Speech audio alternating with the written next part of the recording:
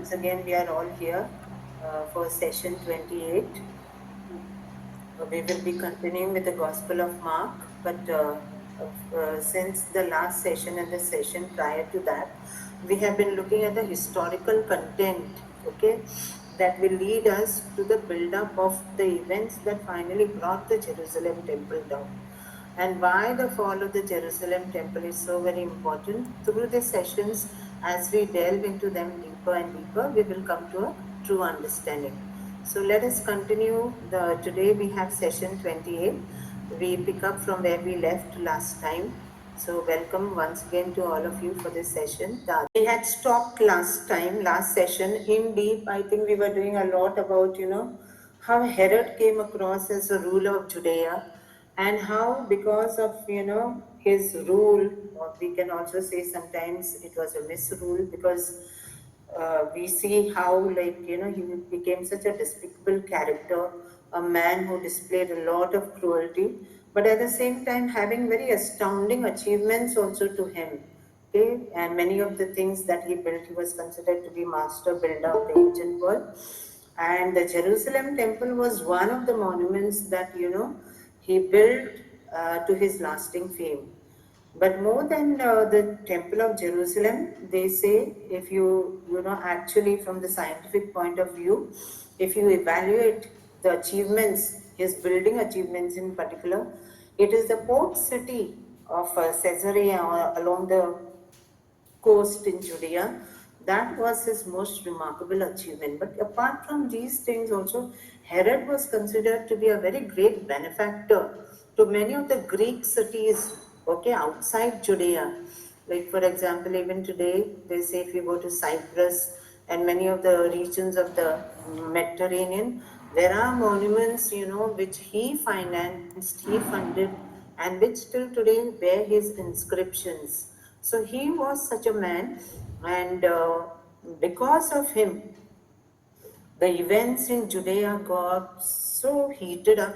Finally, we see how that nationalistic fervor builds up among the zealots. We had stopped with the zealots, and in particular, a band of zealots. Okay, this campaign and the fight of the zealots with Herod, and even prior to that, it went on for decades, and with his death also it continued. So it was a long-standing fight, guerrilla tactics that were used by these people. I shared with you in detail how they would be hiding in the cliffs high up the mountains and all, and mount attack not only on Herod's armies but also all the garrisons of the Romans. So anybody who was looked upon as a foreign occupier, he was some that power, whatever that power be it Greek, Roman, or whatever Persian, they always looked down upon them because they felt that it went against their religious ideology, according to which only God could be king, only God could be their ruler. And so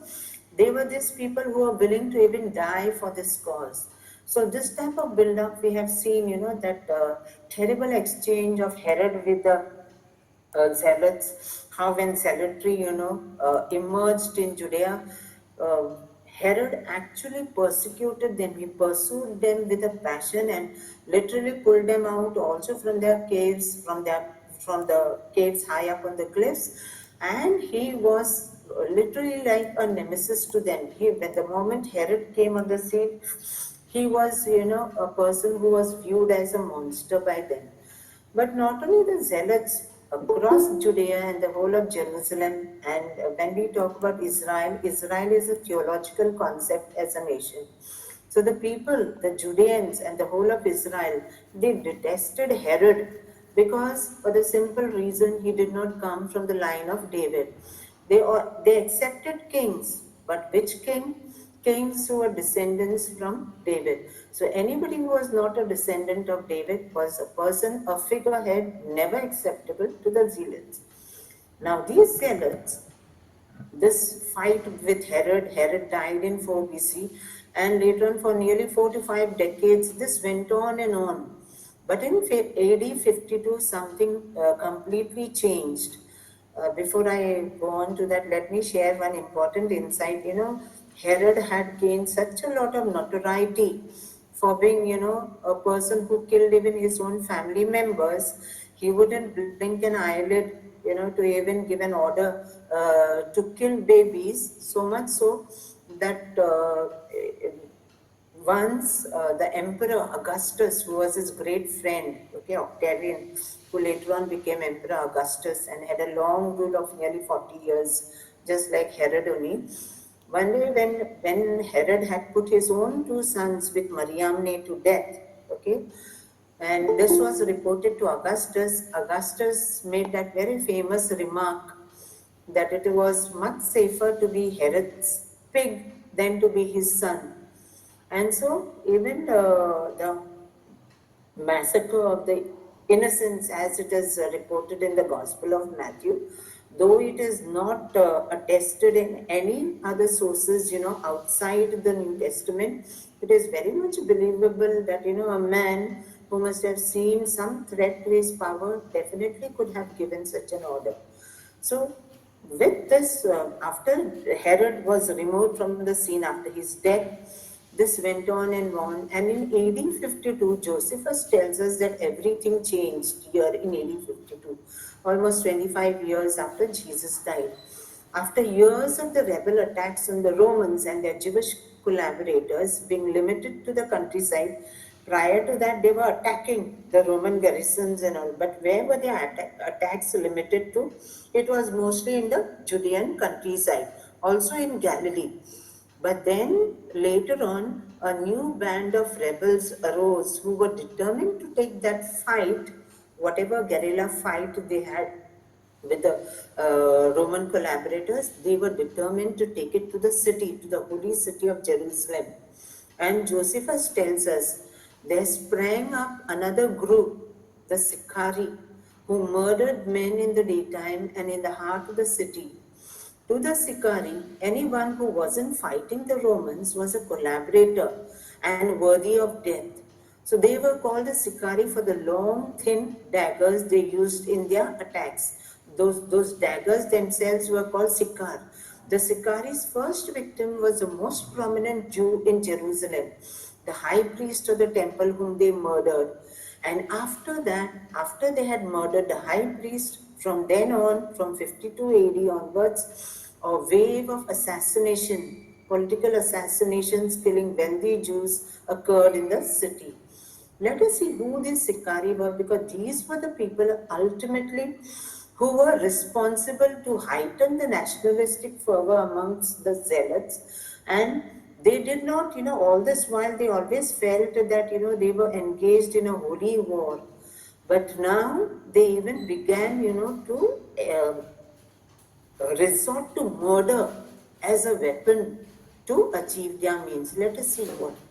According to, sorry, from AD 52 onwards, this is the picture I've put. This is the Sicarii daggers, okay, which the zealots, they got this name because they used to hide this, very sharp blade, curved blade inside their clothes, and they would mingle in the crowd and launch their attack, whoever was their target. And that is the reason they were called the Sicarii. Remember Barabbas, okay, who was the person who was freed in place of Jesus in the Passion narrative. He himself was a Sicarii also. The Sicari's first victim, as I told you, this is a picture we have put out. This is the Jerusalem high priest, okay. They embarked on a wave of assassinations after they had murdered this man. And how did they operate? By stealth. They would come without making any noise from behind, okay. And whoever was their target, they would launch a very surprise attack, which normally we call an ambush. They would ambush their victim and just slit the throat and disappear within a minute. The willingness of the Sicarii and their fellow rebels to use murder to achieve their ends won them a name that stuck forever, the Sicarii Zealots. And they were a faction of the Zealots that took up arms against Roman occupation. We will be coming to that, how the rebellion breaks out. They were the chief movers of that. They literally invented the art of political assassinations and terror, which even to this day is very much practiced. by adopting the practice of sneaking into a crowd, standing next to their target, stabbing him secretly, and raising a cry of alarm in such a way that the crowds would panic, and in the panicked crowds they would slip away quietly with the bloodied victim turned to a lifeless corpse. Okay, that is how in the English language we have this phrase cloak and dagger operation. Okay, any person who is to be removed out in secret to be killed, such an operation is called a cloak and dagger operation. To this day in the English language it remains. Okay, is the expression that derives from this dark art of political assassination. So these were the people they went about. This is the way they would bring down their victim, okay, using stealth, okay, and surprise. These were the two elements in their attack by which they would eliminate their political enemies.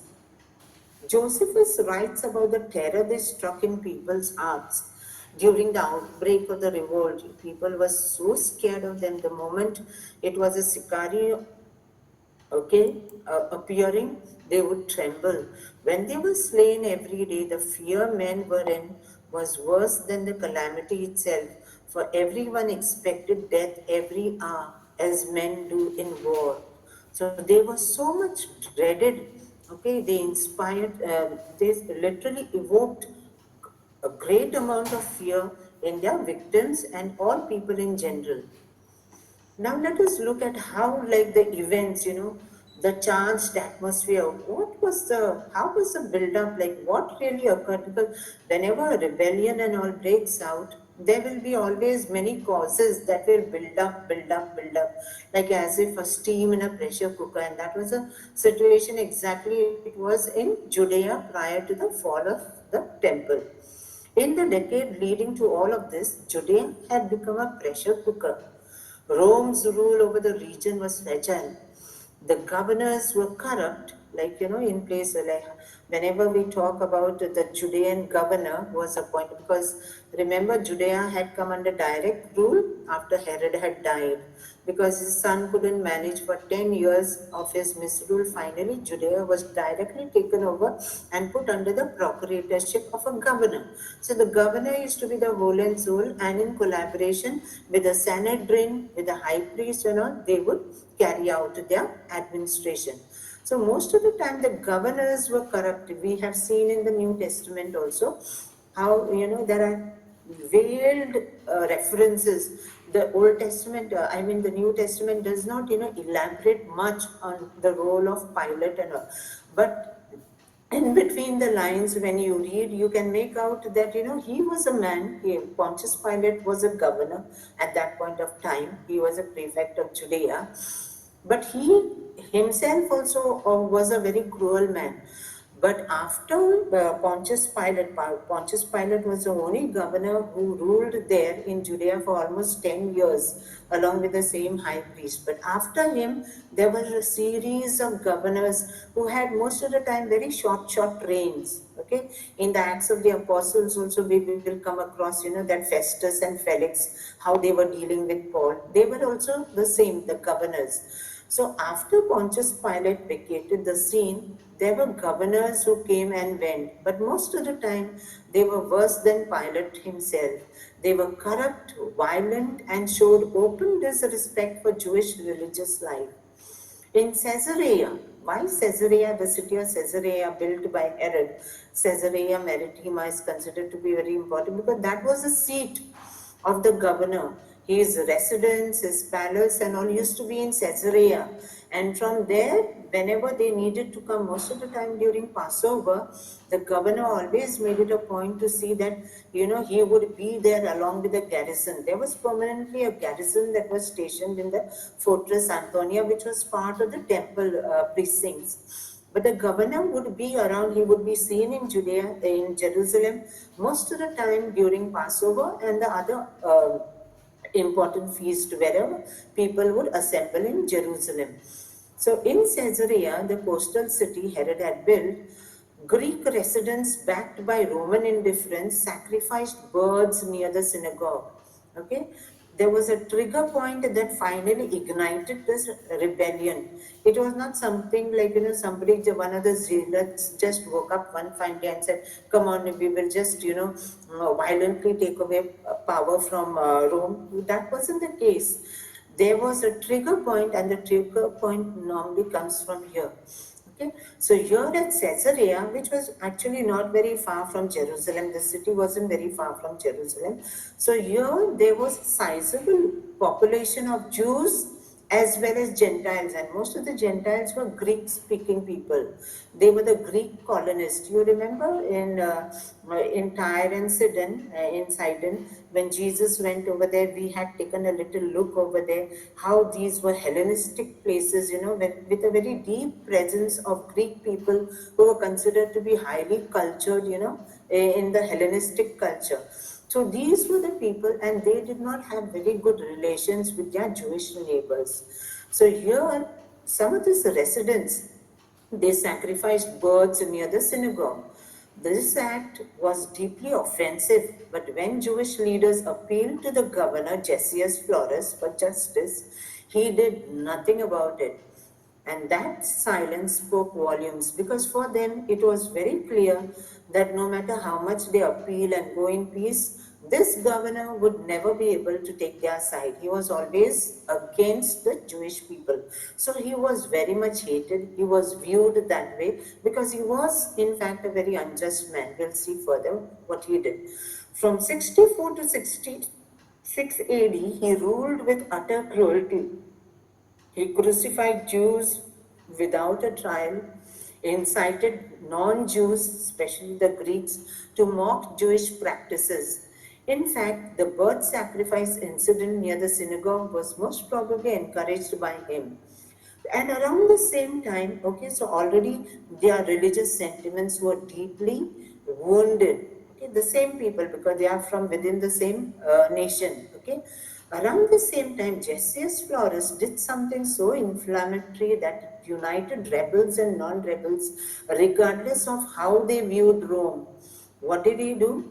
He ordered an attack on the temple to plunder the temple's treasury, seizing 17 talents of gold and silver together, because Josephus does not exactly mention what it is, but he says gold and silver from the temple treasury, claiming it was for unpaid taxes. And this was an act of great sacrilege, because he couldn't enter the precincts of the temple like this. So this was taken, as an act of aggression by the zealots, because already the Sikari zealots are, gaining momentum. They are becoming very powerful, and these events that are happening are adding on to the boiling cauldron, which finally will overflow.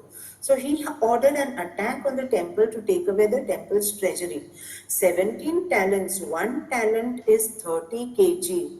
So just multiply 17 by 30 and see the amount of gold and silver that was, taken away by this governor, without taking into consideration any sentiments of the Jewish people. Okay, so this clearly showed that he had utter disregard for what they really felt religiously. So this was something they would not tolerate, and the Sikari zealots definitely not. It was 67 AD when this incident happened. The Roman garrison burst through the gates of the temple bent on plunder. And Josephus writes, the governor was eager to steal the vast treasures it held, and his soldiers killed all those they came upon as they forced their way. The greedy governor carried away 17 talents of silver and gold from the temple. This is the testimony that is given by Josephus. And remember, the temple was a place, okay, which was very, very rich, because people would come and, lavish great gifts on the temple, not only the Jews, but even the Gentiles. In fact, when the temple was, ready to be opened for the public after, Herod had begun work on the temple, and the temple, this was completely renovated. In fact, it is not renovated is a misnomer. We cannot actually call it renovated. He actually had built up that whole thing, except for that Holy of Holies remained the same, but that was refurbished. But the entire plaza, the pavilion around the temple, with those huge retaining walls, they were all done. They were expanded by Herod. So in a way, it was actually a new edifice. It was not an old one. So here, whenever the people came, so when that temple in 15 BC, the temple opened up for everyone, and in fact they say that even Augustus, the Roman Emperor Augustus, sent his own second man in command, Marcus Agrippa, okay, to go to the temple and take part in the celebrations. He was there for the Feast of the Tabernacles that particular year, 15 BC. And he's the one, it's recorded that he had offered 100 bulls for sacrifice. So, like Marcus Agrippa, the way he had made the donation, okay, for temple sacrifice, similarly, Augustus's wife, Livia, the Empress Livia herself, had donated golden vessels to the temple. So in this way, the temple was a huge, gold mine, having not only gold and silver in its treasures, but jewels, currency, everything. So it was a vast treasure house. And this man, being a greedy man, he was eyeing that. And in the name of, unpaid taxes, he carried away this. So this incited the rebellion. Outraged by this attack on the seat of God and earth, rebels and non-rebels alike united as one man to repel the assault. Then in a fury, they overwhelmed the small Roman garrison stationed at Fortress Antonia in Jerusalem. They slaughtered most of the soldiers, the rest of them fled to neighboring Syria. So this was, a breakout, like complete attacking the entire garrison and making them flee in itself also becomes an act of aggression. So this was one of the things. The city of Jerusalem suddenly free of the Romans for the very first time. The entire garrison from Fortress Antonia was gone. So it looked like they had abandoned post, and Judea seems to have, for the first time experienced a time when the Romans were no longer their overlords. So for the very first time, they realized that they were free from Roman occupation, and they were seized by a great euphoria, a great feeling of joy, and they erupted in ecstatic celebrations. For the zealots and the ordinary people, the dream of an independent Judea seemed tantalizingly within their reach. This, remember, for the rebels, and in fact for all the people of Judea, they always dreamt of, getting their former glory back. They wouldn't mind the Hashmoneans coming back to power because they were seen as descendants from the line of King David. But foreign rulers and to be evicted of them, that seemed to be a dream which was too good for them to be true. But others advised caution because there were others who knew who in their dealings with Rome and all, one of them being Josephus himself, who is an eyewitness to all this, and that's how we know this riveting history behind the fall of the temple. He himself was a man who had seen the Roman, he had been to Rome through an embassy, and he came back greatly impressed by the sophistication of their culture. And these people like Josephus and others who frequently had engagements with the Romans, they knew what the might of Rome was. And to challenge such a superpower, it was not only a power, it was like a superpower of the day. And to challenge and invite the wrath of a superpower on them was something very unthinkable, and they were afraid. So they advised caution. So, knowing the arrogant might of Rome, they argued that more fighting could bring down catastrophe, with Rome unleashing its wrath in punishing the nation. Rome was notorious for this because in the history of human civilization, there has never been an empire as powerful and as, with a wide, reach, geographical reach as Rome. And how to be able to, have this grip on almost, half of the civilized world? It was because of their tactics in administration, and more so, their most effective weapon was their army, which was the most disciplined army in the world. And when we talk about the Roman army, let us not, be under the impression that, they were just soldiers. But they were not merely soldiers. They were men who were trained, okay, in building, in architecture, even in science. Each Roman soldier who belonged to a legion, okay, a legionnaire, was capable, of carrying 40 kg of weight on his back as he was on the move. So this was the might of the Roman army. So definitely Rome would never, tolerate a small nation like Judea, just a small speck, okay, on the geography that they knew, challenging their power. This would be something that would not be acceptable to them. So with the rebels determined to revolt and other Jews convinced that it would be insane to rebel against the might of Rome, the people of Jerusalem could hardly have been more divided. So the sad part is, though Jerusalem broke out in ecstatic celebrations when they, attacked the garrison and the garrison fled, there were others who were wise and they knew what was coming. And they realized that, it was time that, they should make peace with Rome. There was still time. But no, not the zealots and not the Sicarii zealots at all. For them, the very success of they having driven out this garrison, made them feel very intoxicated with power. They came very close to really tasting what it meant to actually wield power. And that was the reason they were not willing to give up. So they were not. So the people in Jerusalem were literally divided along this line. Some, okay, cautioning that they should not, lock horns with Rome, but others saying, no, it's an all-out rebellion and we should be ready for anything. One of the prominent voices for peace when this whole chaos and anarchy was, happening there in Jerusalem as it broke out, this was in 66 AD. One of the prominent voices there was one rabbi called Yohanan ben Zakkai. You must remember this man's name because if Judaism survived the fall of the temple, it was thanks to this one man who had that vision and foresight, to do something very spectacular. I will come later on to that. But this man was a man who was a very respected Pharisee and a great teacher of the people who advocated restraint. So he was one of the most prominent voices for peace who belonged to the peace party.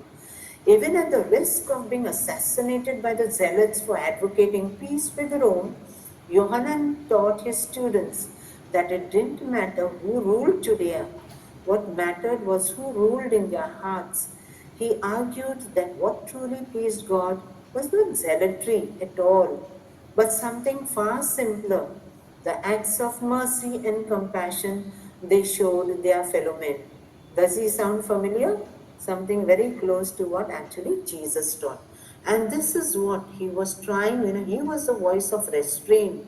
When this euphoria that broke out and everybody was just carried away by the fervor, okay, of, having power to themselves, Yohanan ben Zakkai, along with the other Pharisees. In fact, most of the Pharisees never supported the Zealots. For them, as long as Rome was willing to give, allow them, okay, to hold on to their Jewish practices, they were fine with that. Who ruled was not so very, very important to them. So ideologically, they were not at all aligned with the Zealots and definitely not with the Sicarii who practiced the art of murder. He was part of the peace party that comprised numerous other sensible Jews who, either because of business reasons, ideological reasons, or other reasons, were convinced that it was madness to revolt against Rome, and they were right, and hence were against the war path of the Zealots. The Zealots were in no mood to listen to anything. They just wanted war, so they were like the warmongers. And these were the voices for peace, including Josephus. And many from the priestly class, of course, definitely they would want the Roman rule to go on, except for the younger fellows, the younger sons from among the chief priests and all. They, were pulled towards the side of the Sicarii and the Zealots.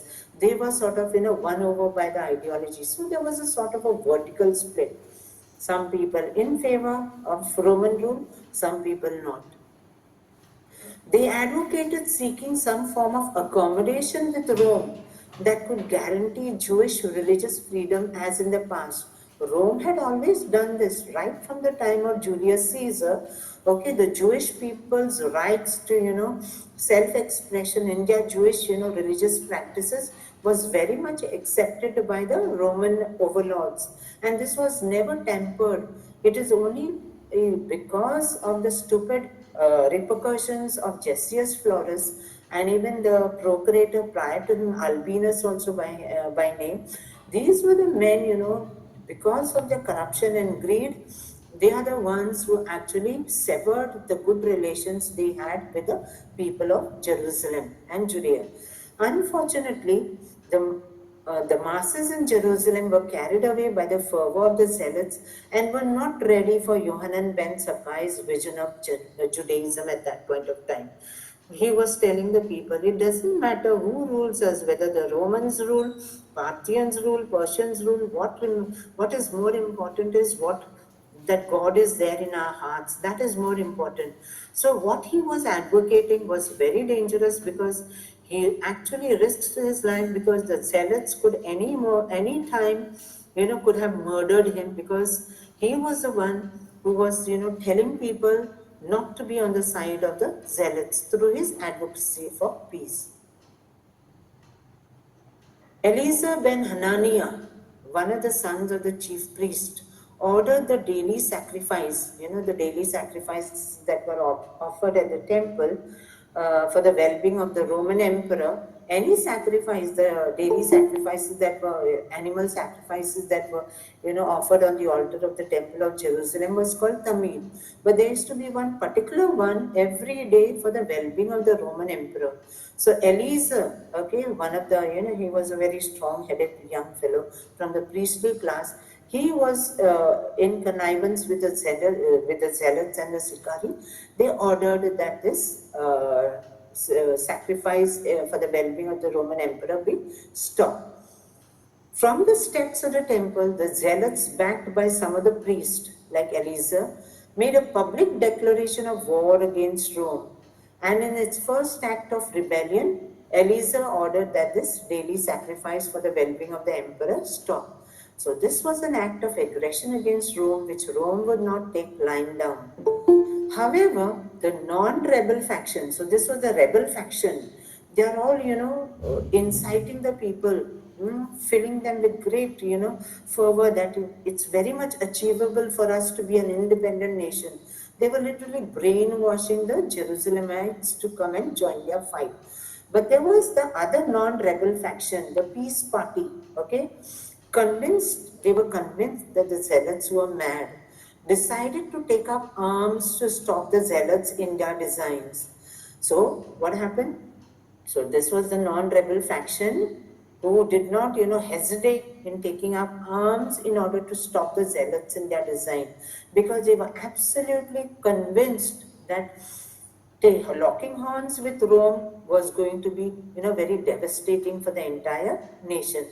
So bitter fighting at this point broke out between the two factions who went house to house, dragging their opponents on both sides, and the streets ran with blood after a vicious, week-long bloody civil war in the holy city.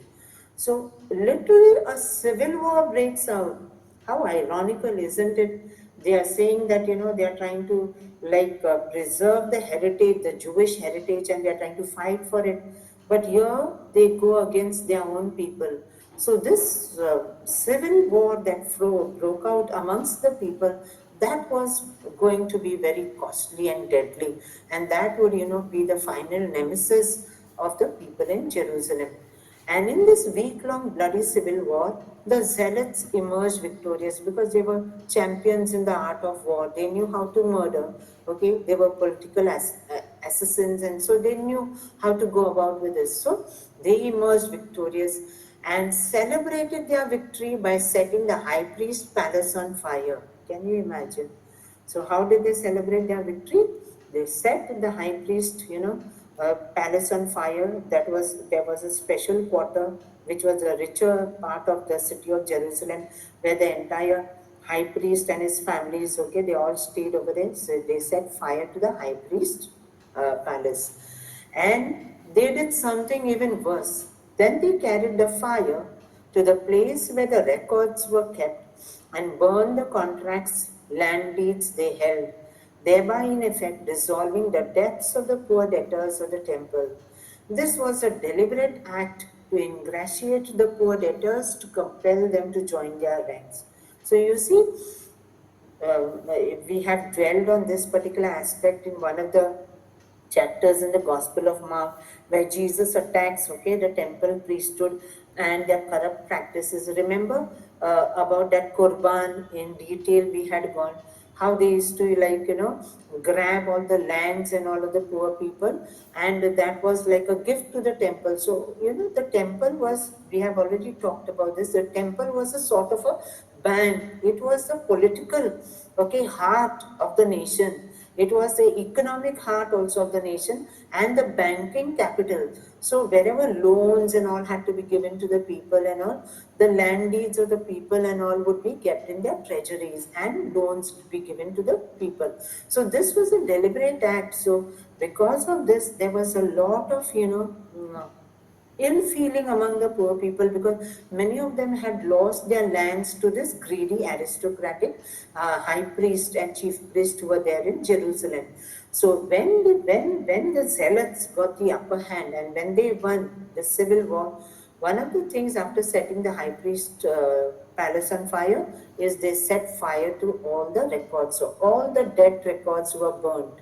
So naturally, the debtors, they felt, a loyalty towards the zealots, and the ranks of the zealots swelled. So the rebels were growing in numbers.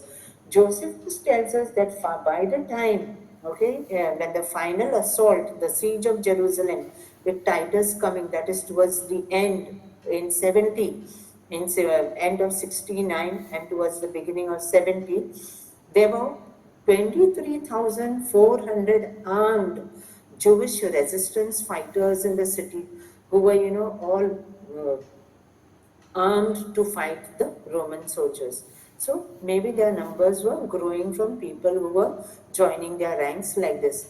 Remember also earlier last session I've shared that important detail with you, how they would go and raid the wealthy estates of the rich landowners and set the Jewish slaves who were enslaved by these people, they would set them free. So they also were joining the ranks of the zealots. So their numbers were growing. News of the zealots uprising against Rome soon reached the city of Caesarea Maritima, that is the coastal headquarters of the governor. Now, this city had a sizable population of Romans and other Hellenistic Greeks who despised the Jewish community there. So, when the news of the uprising reached them, they massacred thousands of their resident Jewish neighbors there.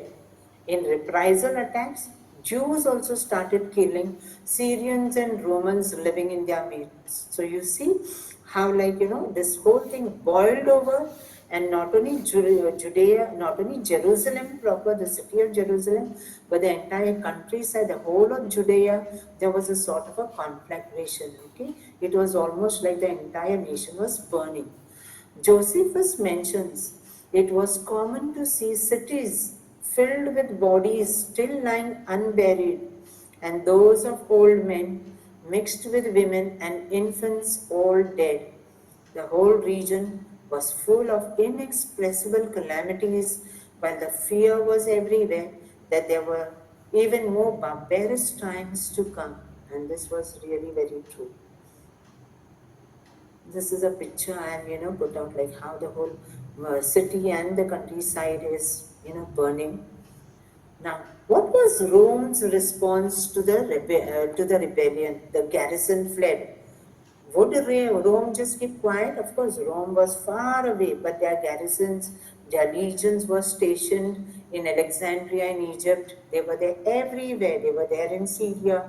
They were there in Rome proper. They were there in Germany, France, all these places, including England. So the Romans were determined to crush the rebellion before it inspired others in the far-flung areas of the empire to challenge their rule. And why in particular? Because just a decade earlier, during the time of Nero, remember this is the time Nero is still emperor. During the time of Nero, just a decade earlier, England had broken out in rebellion. And then if any of you are good history readers, you must have heard the name of the famous Queen Boudica. Okay, she's considered to be a national hero in England even today. Okay, and she was the one who led the rebellion against Rome. Rome was the one had built the city of London. It used to be called Londinium. So Londinium was attacked. It was burned to the ground. And then finally there was an intense war. And finally, Boudica was, she was slain along with her daughters. That is a big history. So there were rebellions all over. So Rome would never take any rebellion just sitting down, no matter how big, how small. They had to, crush it with all their might. At first, the garrison from Jerusalem fled to Syria, from where the legate from Syria, Cestius Gallus. Now remember, garrison in Jerusalem used to be just a small little, part of the army. They were just kept over there to maintain peace in Jerusalem. But for them, the bigger person to whom they called, from whom they took orders, was the legate in Syria. So this garrison was directly under the control of the legate of Syria, where an entire legion was stationed. So the legate from Syria lost no time. He had to mobilize his troops quickly. He brought in assembled legions from around 36,000 troops, okay, from around the region, determined to crush the rebellion before it gained momentum. At first, so he marched. He had to arrive through Galilee. So as he came through Galilee, he went on suppressing all the cities and all, brought them under control. But on arriving in Jerusalem at Mount Scopus on the northeast side, just like on the northwestern side, you have the Mount of Olives. On the other side, you have Mount Scopus. And if Jerusalem, the temple, had to be breached in, it could be only done from the northern side. So they arrived in Jerusalem at Mount Scopus on the northeast side. His troops even set on fire the northern side of Bethesda, but taking the Temple Mount proved far more difficult because this was the price thing. And the Temple Mount, to gain entry, okay, it was next to impossible because it was almost impregnable. You couldn't penetrate. After 9 days of siege, Gallus abandoned the siege as his supplies were stressed and the autumn rain made things difficult for him. Moreover, I think he must have been afraid. Josephus tells us that news was pouring in that armed, fighters from Galilee. Galilee was considered to be very rough, and those people, they would fight to the finish. So there were reports pouring in into Jerusalem that armies of such armed men was coming marching towards Judea, and that must have frightened Gallus.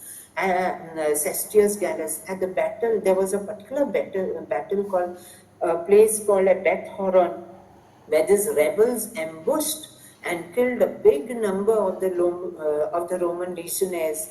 A battle in which they lost their legion standard. Remember, whenever the Roman armies marched, there was always the standard bearer, and the standards were considered to be, very holy for them because they were the symbols of God's protection.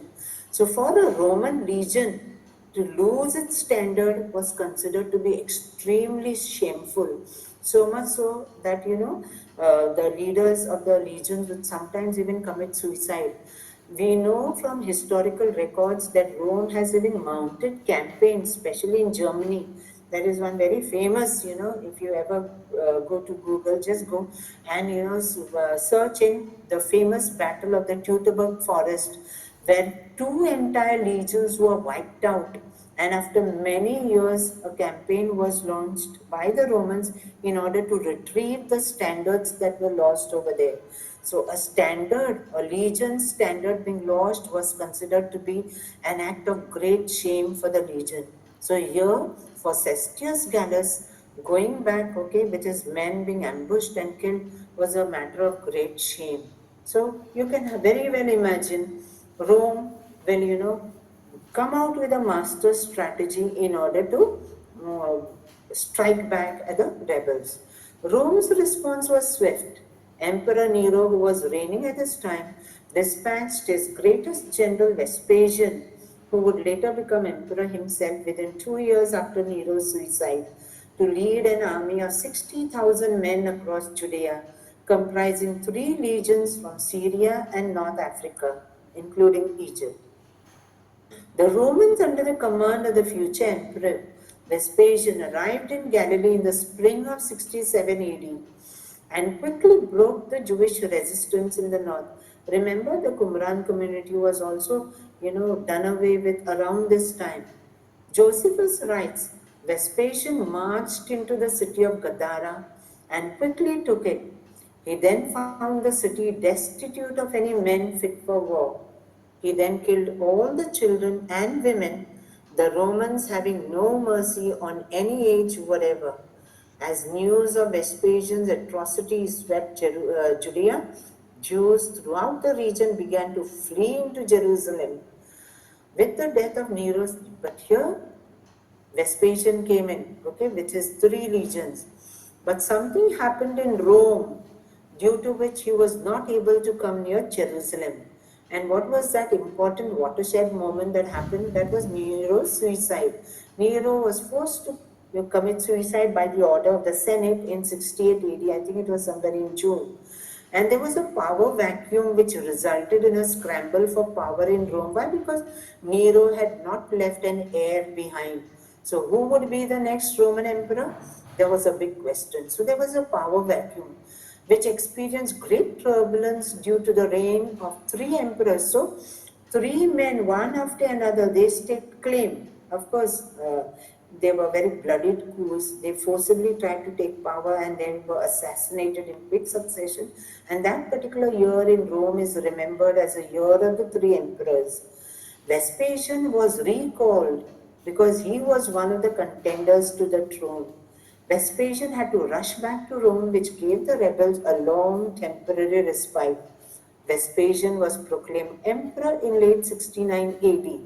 Soon after, he sent his son Titus as general of the Roman legions to reclaim Judea. Now, before we go ahead, we need to have a little knowledge about why Josephus matters so much in this fall of the temple.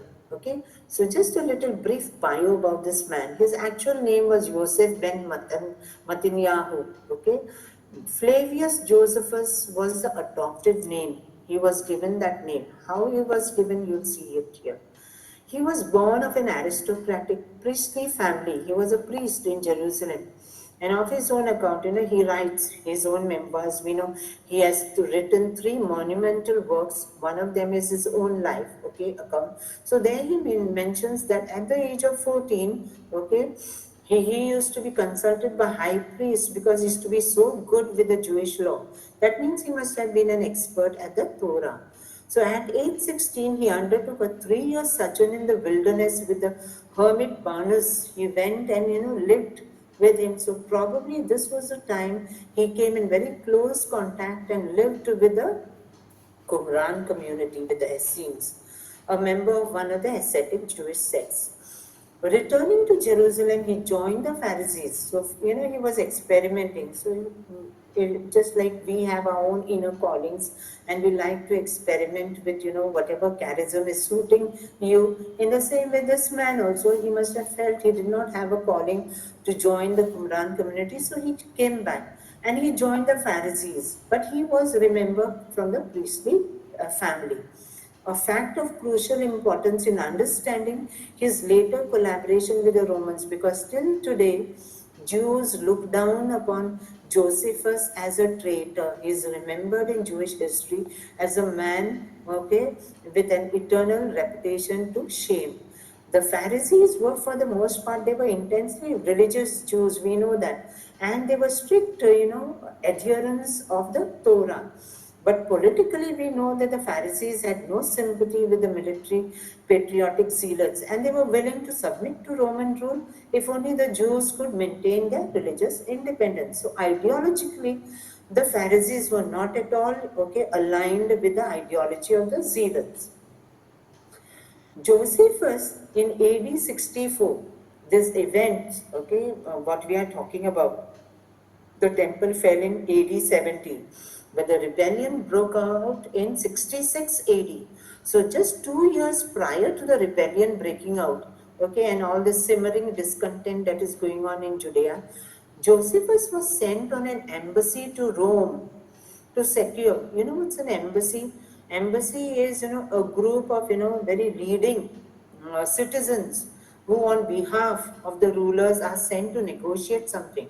So he was part of the embassy that was sent to Rome in order to secure the release of a number of Jewish priests of his acquaintance who were held prisoners in the capital. There he was introduced to Poppaea. This lady that you see is the empress, okay, wife of Nero.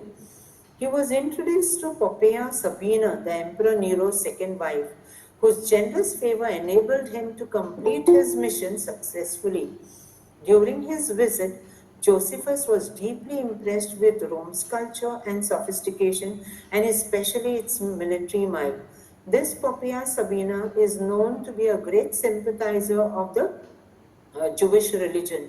She was not only a sympathizer, she was a great admirer, and some historians also say, probably she was also a convert to Judaism. So here she was a great friend of Josephus, and Josephus had the occasion to watch Roman civilization, to watch and see for himself the sophistication of Rome's culture up close and personal. Okay, and through this acquaintance, of course, with the top person there, he must have, really seen the best of the Roman emperor's household. I put out these pictures for you because Poppaea was very, I told you she had great sympathies with the Jewish people.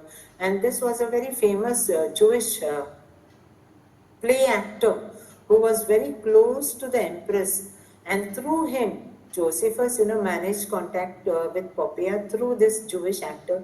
And we all know Nero, what a mad emperor he was. But no matter how mad he was, he had great appreciation for the arts, and in particular, very fond of singing and acting.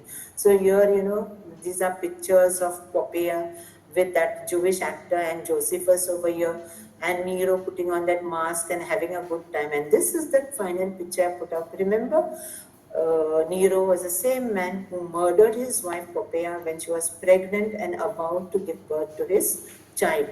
And that's the reason Nero probably had no heir. Okay? And Josephus must have watched the insanity of Roman emperors from very close when he saw, he was at that point of time when she died, he was in Rome. Very much, probably must have been, must have even witnessed the body of the empress, the dead corpse of the empress. He returned to Jerusalem on the eve of a general revolt against Roman rule. In AD 66, when the Zealots ousted the Roman procurator and set up their revolutionary government in Jerusalem, along with many others of the priestly class, Josephus counseled compromise. So he was part of the peace party. But when the Zealots, having had won the upper hand in the whole thing, they had taken complete control of Jerusalem. They were running the government, the priestly class, and for all practical purposes, the Sanhedrin was dissolved. Nobody was able to wield any powers. And in particular, there were three men who were controlling all this. So Josephus counseled compromise being part of the peace party, but he was forced to take some position because anybody who said no to the Zealots, they would be marked people, they would be marked for death. So despite his moderate stance, he was appointed military commander of Galilee. Imagine a man who has absolutely no experience, military experience, being put ahead as military commander of Galilee. He managed to hold, and here when Vespasian came in 67 AD, one of the places that he attacked was Jotapata in Galilee. So here, he being the commander of the Galilee force, he had to fight Vespasian. So for 47 days they held out. But after the fall of the city, he took refuge with 40 diehards in a nearby cave. Everybody, they lost. The city fell.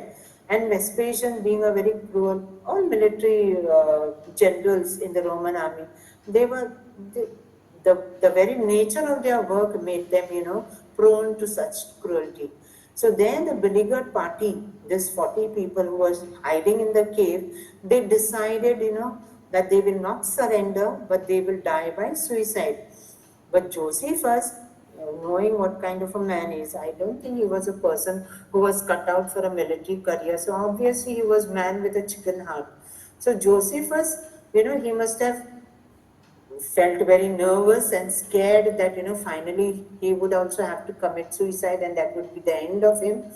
He argued with them the immorality of suicide, that he tried to theologize the whole thing and convince them that we cannot, the committing suicide is not the right thing. But nobody was willing to listen to him. So then he proposed that each man in turn should dispatch his neighbor, the order to be determined by casting lots. So how they would, like I drive the dagger into you, you in turn the other person. So this was the way he suggested that they determine the order by casting lots. So Josephus probably contrived to draw the last lot. He was a very smart fellow. Okay, given we know that he was a scholar of the first rate. So naturally he was quite a intellectually very gifted man.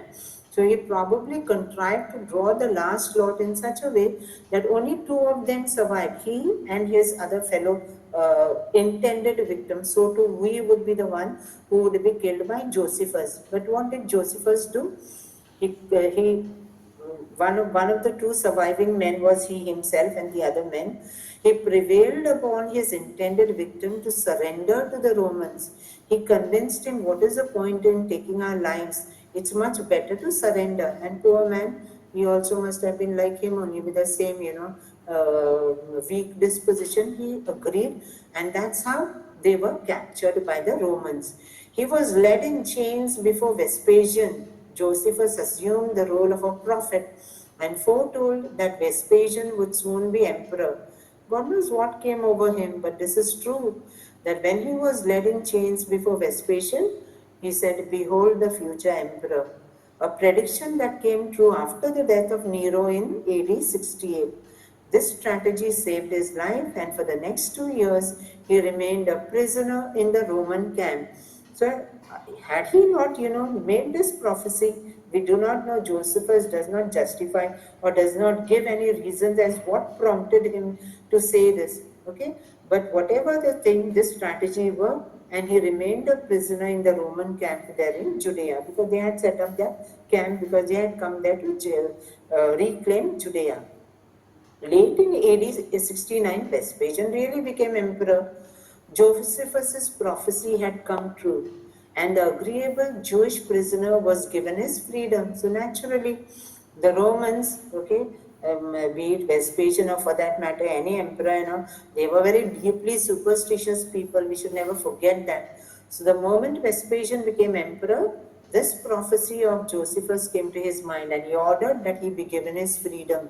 And not only freedom, he was given entire Roman patronage. The Roman emperor became his patron. From that time on, Josephus attached himself to the Roman cause. He adopted the name Flavius. This name came from Vespasian's name. They are called the Flavian emperors. Vespasian, his son Titus, and then we have Domitian. That is how we have the Flavian emperor. So he took that name because Vespasian's family was his patron. Accompanied his patron to Alexandria, and there married for the third time. Josephus' first wife was lost in the siege of Jotapata, and his second wife had deserted him in Judea because Josephus himself had turned out to become a sort of a traitor. So he was looked down upon by the Jewish people because he had switched sides with the Romans. Josephus later joined the Roman forces under the command of Vespasian's son and later successor Titus at the siege of Jerusalem in AD 70. And this is how, because Josephus was, by the side of Titus when the siege was going on, he is the first-hand eyewitness to the accounts that we read today. And that's how we know in so much detail what really transpired during the siege of Jerusalem and even earlier. He attempted to act as mediator between the Romans and the rebels, but hated by the Jews for his apostasy because he had switched sides, okay, he had become a Roman collaborator, and distrusted by the Romans as a Jew, he was able to accomplish very little. He tried to bring peace, he tried to act as a mediator, but we, knowing the mindset of what the zealots were and what type of atmosphere prevailed in the city of Jerusalem at this point of time, it was, but understandable that he would not be able to play this role effectively, if at all he was even allowed to play such a role. Following the fall of Jerusalem and the destruction of the temple, Josephus took up residence in Rome, where he devoted the remainder of his life to literary pursuits under imperial patronage. But we have to remember, having seen from the Roman camp what was happening to the holy city. He, remember, he was a Jew, so his heart also, his soul was deeply attached to the seat of God, because that was a place that was sacrosanct for every Jew in the world. So naturally for him, it must have been with great pain that he must have witnessed what was happening. And to his mind, it was a tragedy that was completely preventable. Today, when historians, they analyze all this events that led to the build-up of the siege of Jerusalem, many of them do agree that had these zealots, these young men, not been so very hot-headed and had some good sense really prevailed, all these things would not come to pass.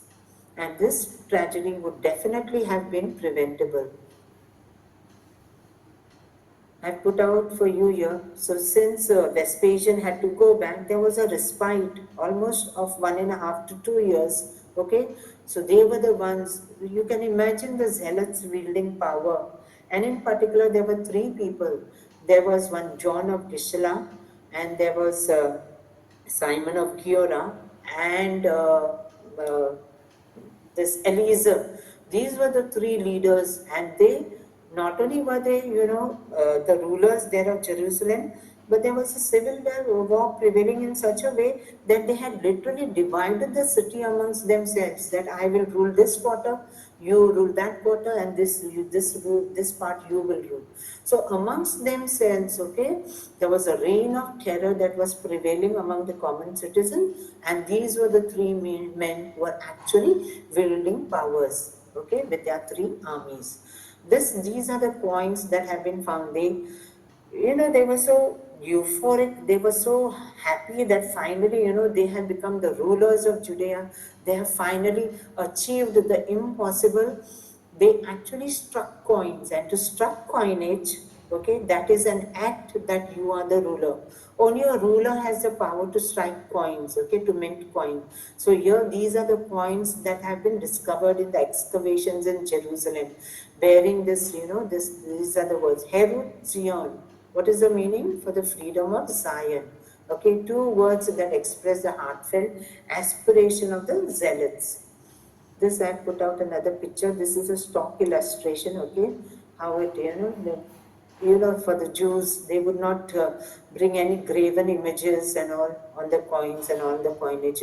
So it was only certain, like, the citron, the pomegranate, okay? So these were the things that would be used on the images. So this, okay, is an illustration of the same coinage. So the Roman army under Titus arrives in Judea. After Vespasian becomes emperor in Rome, he has to complete the work that he has commenced and which he had left halfway. So whom does he send? He sends his son. The Roman army under Titus arrives in Judea and the siege begins. The army arrived in Judea around the time of, Passover. They were almost there in Jerusalem. In 69, towards the end of 69, they set out the legions. Okay, they arrived from different areas. Some came from Egypt, some came from Syria, some came directly from Rome. Titus came with his army directly from Rome. Some entered through Jericho, and they all converged upon Jerusalem. By Passover, okay, by the Passover of 70 AD, the Romans were already at the doorstep of Jerusalem. And sadly, being the Passover, this was the time diaspora Jews and all would all congregate in big numbers. Josephus tells us that almost 1 million people remained trapped in the city when Titus arrived with his army at the footsteps of the city of Jerusalem. This is going to be this entire siege of Jerusalem I will be taking up in the coming session. It will be entirely the end of it, and Jerusalem would be laid waste and in ruins, and the temple never to be built again. I've put out in specific, okay, this particular picture, you will be able to zoom it on your phones. I want you to have a close look because this is a, a model construction of one very famous engineer architect called Leon Rittmeyer, working for this archaeological society. And she and her husband, it's a team of husband and wife, they have done extensive works and they have actually marked out which were the places. So here all the listings are there, okay? The royal portico, this was, this was the most beautiful part of the temple. Of course, besides the Holy of Holies, this was the central sanctuary. But this whole thing, this was not at all the part of the Jerusalem temple. When they talked about the second temple, it was only this particular area. But Herod was the one who had massively expanded this. This was a feat that was achieved by him. So you look at all these things and you will see the massive gates, okay? All here, only this portion of the temple survives. This is the western wall. Today, many of the Jews still go over there, parts of the wall are still visible and they go and pray over there. So this is the only thing that is standing. The rest of the things were all brought down. And these were the major gates, okay? This is one of them, Robinson's Arch. This was the gate to the Royal Stoa. This was called the Royal Portico. Okay, the Royal Stoa. This was the most beautiful part of the entire esplanade that comprised the pavilion of the temple. So I have to put out this so that you have a closer look and preserve this picture in order to have a sense as to how finally, okay, the assault began. When we talk about Mount Scopus was somewhere over here. This was Mount Scopus. And this side was the Kidron Valley, and this is the southern part. And this side you have the Mount of Olives over here somewhere. So with this, we stop for our session for today. We'll continue coming Sunday.